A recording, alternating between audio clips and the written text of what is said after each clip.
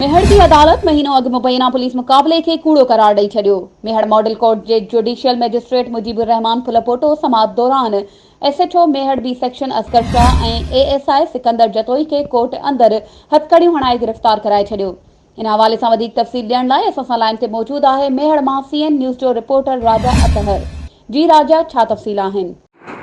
जी नाला ॿुधाईंदो हलां। मेहर अदालत महीनो अॻु मुबीना पुलिस मुक़ाबले खे कूड़ो करार ॾींदे मेहर मॉडल कोर्ट जे जुडिशियल मैजिस्ट्रेट मुजीबुर रहमान फुलपोटो समाअत दौरान SHO B section Asghar Shah ऐं ASI सिकंदर जतोई खे कोर्ट अंदर हथकड़ियूं हणाए गिरफ़्तार कराए छॾियो, जॾहिं त ड्राइवर समेत 3 पुलिस एहलकार कोर्ट मां फ़रार थियण में कामयाब थी विया।